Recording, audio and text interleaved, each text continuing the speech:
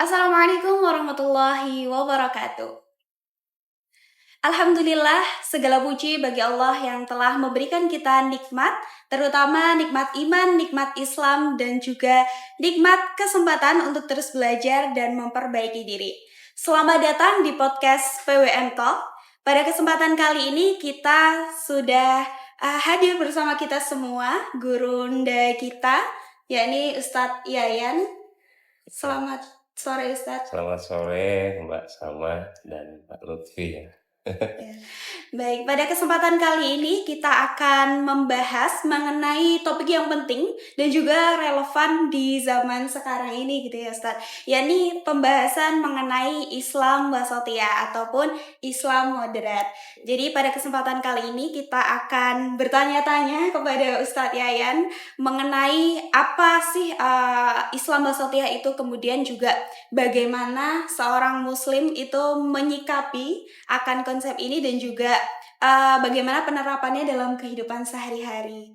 Dan sebelumnya kami mengucapkan terima kasih banyak kepada Ustadz Yayan karena telah meluangkan waktunya untuk hadir pada kesempatan kali ini Ustadz. Oke, baik, dan mungkin langsung saja nih Ustadz, saya ingin bertanya mengenai pertanyaan pertama tentunya, apa sih Ustadz yang dimaksud dengan Islam wasatiyah itu, dan bagaimana konsep ini itu memandang keberagaman. Ya, terima kasih Mbak Salma. Saya sudah diundang untuk hadir di PWM Podcast PWM Talk ya. Memang isu yang menarik tentang Islam wasatiyah ini, kalau kita lihat dari segi kebahasaan, wasatiyah itu mengandung arti tengah. Ya, wasaton itu wasit. Iya. Wasit itu kan selalu berada di tengah atau memiliki sikap tengahan dalam memimpin suatu pertandingan. Islam Satya itu sesungguhnya adalah kalau bagi saya ada dua ya. Pertama, dari segi ajaran, memang Islam memiliki ajaran wasatiyah. Ya, kita bisa rujuk dalam Al-Quran ya, yang meminta kita, surat Al-Baqarah 143 yang sangat terkenal itu, maka dalika ja'alnakum ummatan wasatan. Jadi demikianlah kami menjadikanmu, kamu sekalian, ummatan wasatan, umat yang tengahan. Juga wasatiyah ini bisa kita pahami pada sikap kita yang beragama ini. Bagi Islam, saya kira Islam wasatiyah itu sangat komprehensif, ajarannya juga sudah membimbing kita untuk menjadi seorang yang wasatiyah, dan agamanya demikian. Lalu juga membimbing perilaku kita, ya, karakter kita sebagai umat yang tengah. Saya kira begitu ya. Lalu Ustadz, mengapa moderasi dan toleransi itu menjadi suatu hal yang penting gitu dalam kehidupan kita berbangsa gitu, khususnya di Indonesia yang tentunya kita ketahui bahwa Indonesia itu multikultural seperti itu. Oke, iya, tadi saya sambungkan dengan yang tadi ya tentang Islam wasatiyah yang saya artikan tengahan, juga dia bisa berlaku adil ya kan gitu. Kenapa kemudian wasatiyah itu menjadi sangat penting bagi kita masyarakat Indonesia? Tadi Salma menyampaikan bahwa pada masyarakat yang bineka seperti kita ini ada 700 bahasa ya, yang kita punya, lalu ada 6 agama yang berbeda yang diakui oleh bangsa kita.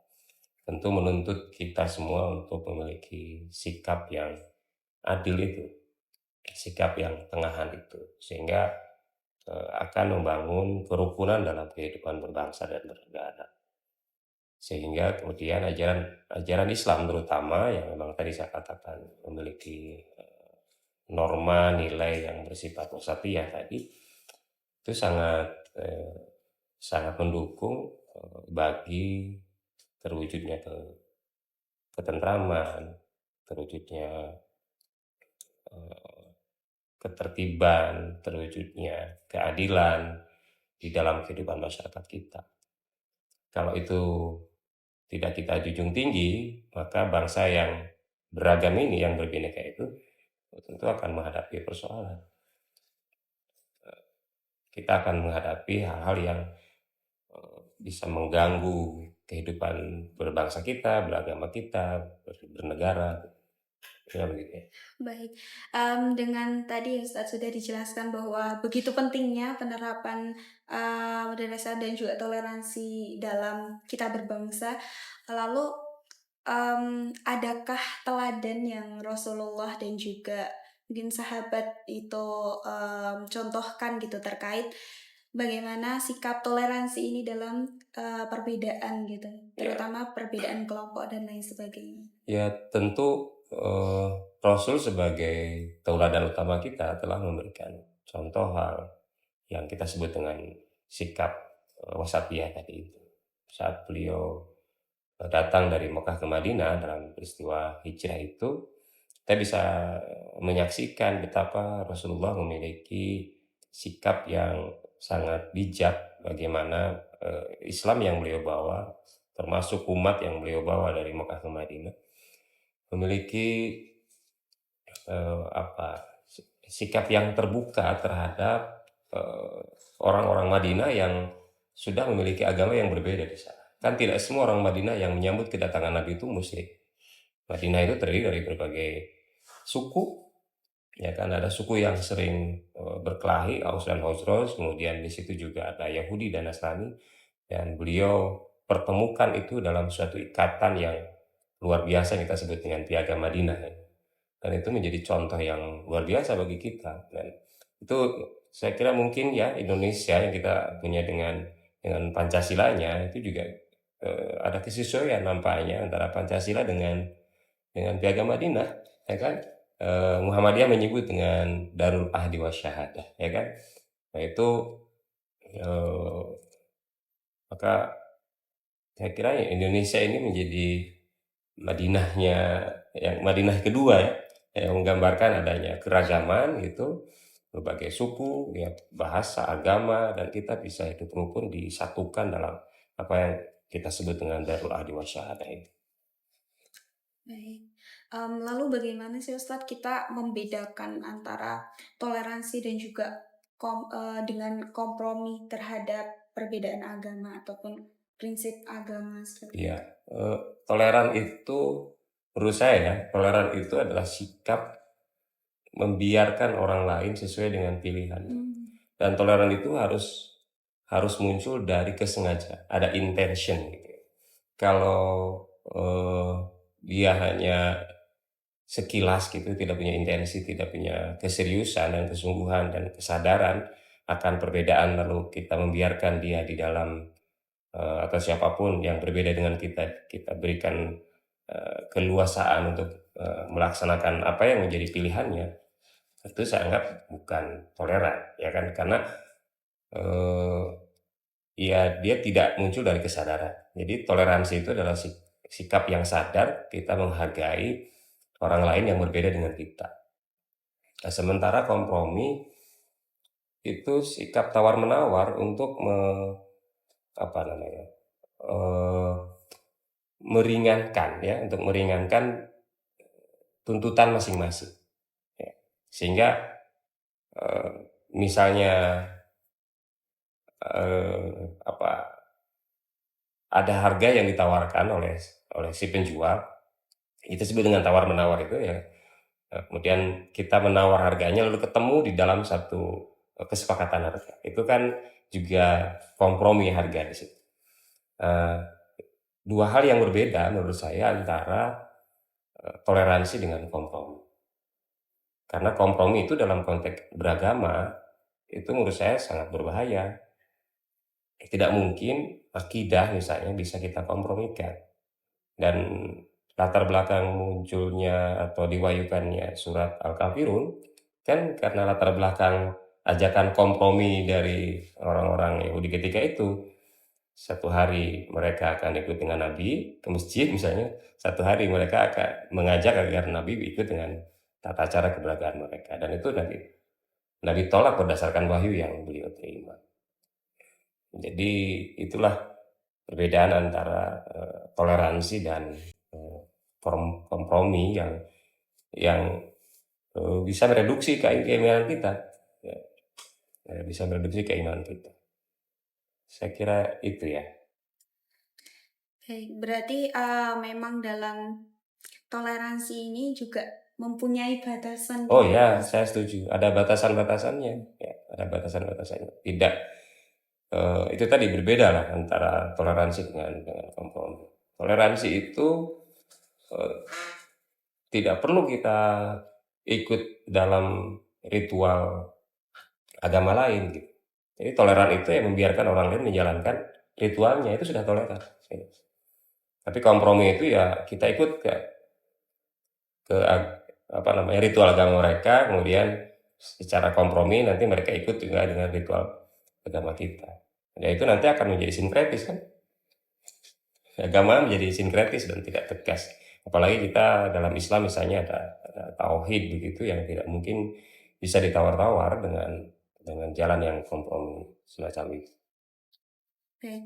Ini cukup menarik tapi juga tentunya sangat penting untuk kita perhatikan gitu ya Ustaz, agar kita dalam penerapannya itu tidak melanggar daripada ajaran-ajaran atau aturan dari Islam itu sendiri. Lalu bagaimana Ustaz, jadi akhir-akhir ini atau sebenarnya sudah lama gitu ya, itu sering muncul dengan yang namanya gerakan radikalisme seperti itu Ustaz. Nah, sebenarnya apa sih akar yang menyebabkan sikap radikal ini muncul dalam masyarakat?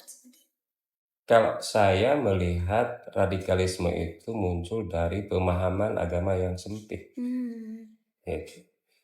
Jadi memahami agama tidak secara komprehensif, hanya satu segi saja. Orang menyebut dengan tafsir tunggal, gitu kan. Sehingga orang hanya memahami apa yang dia tafsirkan tanpa mempelajari apa yang orang lain tafsirkan. Dimensi agama itu kan luas sekali, gitu kan, luas sekali. Hanya semua dilihat dari perspektif teologis misalnya, maka hal-hal yang bersifat sosial kemanusiaan dia akan abaikan karena bersifat teosentris saja gitu. Padahal agama sendiri punya teosentris dan juga punya antroposentris, ya, punya kajian-kajian ataupun perspektif yang berkaitan dengan kemanusiaan. Sehingga itulah yang menyebabkan kemudian menjadi radikal di tengah-tengah masyarakat. Tapi juga bukan hanya soal pemahaman agama, saya kira juga mungkin itu sebagai pemicunya gitu. Faktor ekonomi juga bisa berpengaruh pada sikap radikal.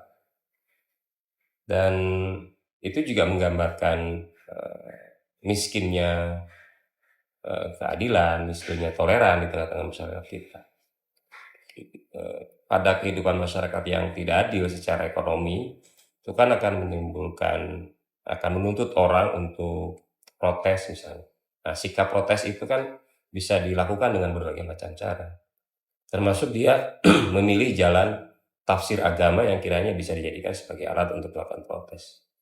Nah, kalau itu sudah terjadi, maka ya agama menjadi radikal munculnya. Jargon-jargon agama digunakan untuk melakukan perlawanan, itu misalnya bukan agama tidak bisa digunakan untuk melakukan kritik dan perbaikan, tetapi pemahaman agama yang tunggal tadi gitu, dikuatkan dengan kondisi ketidakadilan di tengah-tengah masyarakat, maka akan semakin meruncing, sehingga pemicunya dari pemahaman ditambah dengan ketidakadilan dalam aspek ekonomi, maka lahirlah sikap radikal yang dalam tanda petik seolah-olah itu direpresentasikan oleh gerakan keagamaan. Baik, berarti dari yang saya tangkap ternyata penting untuk kita memahami memahami agama itu tidak hanya menafsirkan dalam dalam teks saja gitu, tapi kita harus melihat konteks. Ya betul, tidak hanya mengandalkan kepada teks, tapi juga mengandalkan pada konteks. Makanya kalau dalam bahasa Zumardi Azra begitu mengatakan bahwa wasatiyah kita ini bukan wasatiyah pada umumnya, tapi wasatiyah Muhammadiyah itu wasatiyah berkemajuan ya. Itu wasatiyah berkemajuan. Karena Muhammadiyah kan dipandang sebagai ormas yang arujul Al-Quran wa Sunnah, tetapi juga bagaimana cara memahami Sunnah, ya kan? Itu punya cara tersendiri yang kita sebut dengan manhaj, ya, manhaj haji, gitu, yang mendorong kita menjadi Islam yang wasatiyah. Kan ada di dalam RIB, istilah Islam berkemajuan itu Tanmiyatul Wasatiyah, kita menghidupkan keberagamaan yang yang toleran, yang moderat kan. Baik, tadi Ustadz menyebutkan tentang wasatiyah berkemajuan ya. Untuk sejauh ini, jika dilihat dari zaman sekarang, di era digital saat ini, bagaimana sih Ustadz pandangan Ustadz tentang bagaimana sih tentang tantangan apa yang dihadapi mengenai Islam wasatiyah, Islam moderat? Iya, mungkin kalau kita mau tambahkan begitu, fenomena radikalisme agama juga tidak luput dari kehadiran media. Ya bukan medianya, tentu pemanfaatan orang terhadap media yang dijadikan sebagai saluran untuk menyampaikan aspirasi, inspirasi kepada publik. Dan saya kira memang cukup besar pengaruh media dalam menstimulus lahirnya radikalisme di dalam masyarakat kita. Karena apalagi kalau kemudian diterima informasi secara tanpa melakukan cross check ya, tanpa tabayun istilahnya, sehingga kemudian orang langsung termakan informasi yang di dalamnya mengandung muatan-muatan yang bisa mendiskreditkan satu sama lain gitu ya, atau muatan-muatan yang mengandung unsur hasutan, ya kan? Muatan-muatan yang hanya mengklaim tentang satu kebenaran, ya, satu tafsir, yang kemudian menafikan tafsir yang lain. Maka kan akan terjadi fragmentasi dalam kehidupan masyarakat antara orang yang berpihak pada satu tafsir agama tertentu dengan tafsir yang lain. Dan kendati itu di media sosial misalnya yang bersifat maya, tetapi dalam tahapan tertentu itu bisa menimbulkan friksi, konflik di dunia nyata, kan? Karena mereka menggunakan kekuatan-kekuatan untuk mungkin bisa melawan, mungkin bisa membuat narasi, tetapi bisa menimbulkan ketidaktenangan, ketidaknyamanan dalam kehidupan nyata. Oke Ustaz, mungkin jika dilihat lagi ketika kita bermedia sosial itu kerap kali saya itu menemukan sebuah komentar-komentar yang mungkin mereka membahas mengenai mungkin pendapat mereka, pandangan mereka tentang Islam yang menurut saya itu mereka condong ke salah satu pandangan saja Ustaz. Nah, bagaimana sikap kita untuk menghadapi pandangan-pandangan mereka yang berbeda seperti itu Ustaz? Ya, saya kira publik pada umumnya harus diedukasi bahwa Islam itu bilang tadi banyak dimensinya, banyak sisinya, banyak penafsiran, banyak pemahaman, sehingga publik perlu diajarkan bahwa jangan taken for granted terhadap salah satu gagasan, salah satu pikiran yang di upload ataupun yang dipublikasikan lewat media yang sekarang ini ada. Yang perlu kita lakukan adalah umat itu diajak dialog, diajak diskusi, gitu, diajak diskusi, dan kemudian juga yang perlu kita lakukan mungkin juga mungkin dengan counter pikiran yang lain supaya ada pembanding, gitu, supaya ada pembanding sehingga kemudian dunia media sosial kita, dunia maya kita menjadi kaya. Ya. Maka kekuatan-kekuatan penyeimbang itu menjadi sangat penting untuk memberikan perspektif lain di tengah-tengah umat gitu ya. Selain dari media sosial, kita beralih ke mengenai tentang pendidikan di dalam keluarga, bagaimana cara kita untuk menciptakan generasi yang baru besok, untuk bagaimana mereka untuk bersikap moderat, bagaimana kita yang mengajarkan di dalam keluarga, di dalam masyarakat, seperti itu. Ya, saya kira penting sekali keluarga mengajarkan cara beragama yang moderat itu, cara beragama yang wasatiyah itu. Mulai dari bagaimana diskusi-diskusi yang dilakukan antara orang tua dengan anak, mungkin suami dan istri dalam memandang perbedaan. Di tengah-tengah masyarakat kita di Indonesia yang beragam agama dan budaya ini, kita bisa berjejer gitu, bertetangga gitu. Dan tentu kita tidak harus memprovokasi keluarga kita. Saya kebetulan hidup di perumahan ya, dan di samping saya itu orang yang berbeda agama. Pada tahap tertentu mereka akan mengadakan aktivitas keagamaannya, sebagaimana juga di kalangan muslim ada pengajian misalnya, mereka juga begitu. Kita pahamkan kepada keluarga bahwa itulah, kita biarkan mereka menjalankan agamanya sesuai dengan keyakinan mereka masing-masing. Dan menarik, setiap mereka akan melaksanakan aktivitas keagamaannya juga izin dengan kita juga demikian. Jadi dalam keluarga itu mulai ditanamkan betapa keragaman itu menjadi sunatullah yang harus kita maklumi, yang harus kita pahami, agar jangan sampai keluarga kita menjadi troublemaker dalam kehidupan masyarakat. Berarti langkah pertama yang dilakukan adalah mengedukasi di dalam keluarga kita. Nah, mungkin menurut Ustadz sendiri, kita kembali lagi mungkin ke arah media sosial. Bagaimana cara kita untuk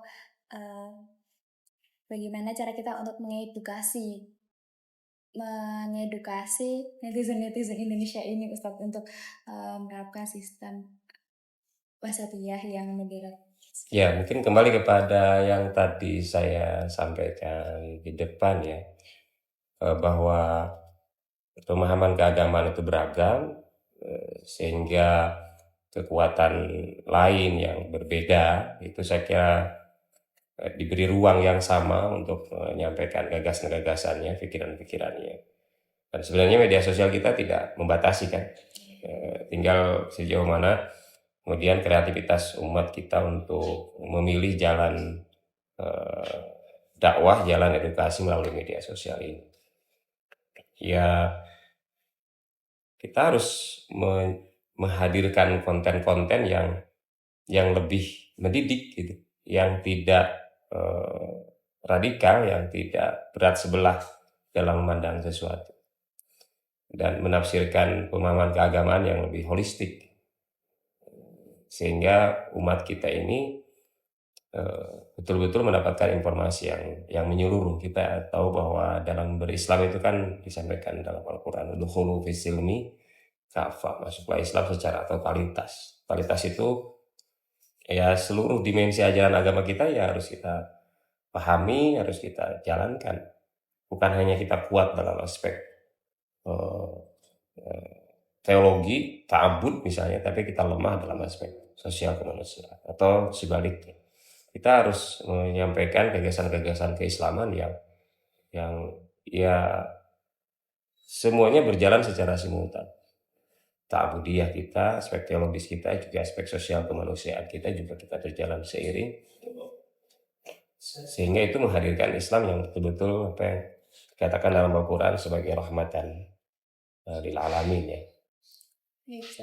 Mungkin dari Ustadz ada pesan-pesan nih buat anak muda saat ini, bagaimana supaya mereka bisa menjadi agen perdamaian dan harmoni di tengah keberagaman yang ada. Saya kira meningkatkan literasi ya. Ini sebenarnya menjadi PR. Iya, meningkatkan literasi. Nah, sekarang kan medianya kan media melihat dan mendengar saja. dan cenderung singkat-singkat gitu, ya kan? Nah, literasi kita menjadi tidak terbiasa, sehingga menurut saya literasi itu harus kita kuatkan kembali. Kedua, mungkin generasi muda aktif kembali membuat forum-forum pengajian yang tidak selalu bernuansa entertain. Hari ini kan apapun gitu kan punya nuansa entertain. Memang pasti akan boring ya, ikut pengajian yang serius gitu ya. Serius ngaji kitab, ya. Kemudian wah itu paling paling tidak disukai. Saya kira itu harus kita mulai sadar, mulai aware dengan yang semacam itu. Karena salah satu konsekuensi dari kita membangun literasi itu ya kita kan bisa saja memang kita lakukan secara mandiri gitu, kalau kita memiliki alat untuk memahaminya dengan baik.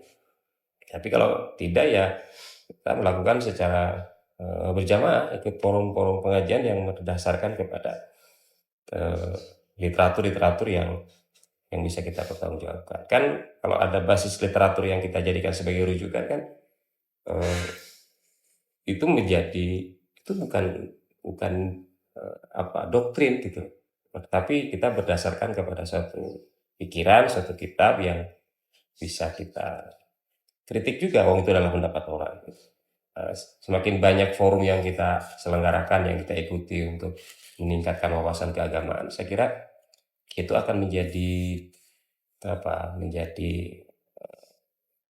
kekuatan bagi meningkatnya literasi anak-anak muda. Ya bukan hanya muda, seluruhnya umat Islam secara keseluruhan lah, meningkatkan bacaan kita tentang literatur agama itu menjadi sangat penting. Mungkin setiap hari kita baca Quran, itu kan juga bagian dari sumber literatur keagamaan kita. Tapi kan Quran itu bisa kita pahami, bisa kita maknai kalau lewat penafsiran yang qualified. Mau tidak mau kita harus membaca tafsir-tafsir ataupun baca kitab kita, baca buku-buku yang mendukung dalam meningkatkan pemahaman. Oke, Ustadz. Mungkin jika bisa saya simpulkan obrolan kita pada hari ini, mungkin bagaimana sebenarnya kita bersikap untuk menyeimbangkan antara pengetahuan yang sifatnya teologis dan juga sosial, supaya kita juga bisa moderat dalam memiliki pandangan tentang Islam, dan mungkin kita juga memiliki cara-cara yang mungkin bisa digunakan, yaitu dengan cara mengedukasi keluarga dan juga untuk anak muda zaman sekarang untuk memperbanyak literasinya, mengikuti diskusi untuk membuka wawasan tentang keislaman kita. Dan mungkin itu saja Ustadz. Terima kasih telah menemani obrolan kita pada sore hari ini. Baik teman-teman, mungkin sekian dari kami. Selamat meneruskan kegiatan pemirsa, dan kami pamit undur diri. Kurang lebihnya mohon maaf. Wassalamualaikum warahmatullahi wabarakatuh. Waalaikumsalam.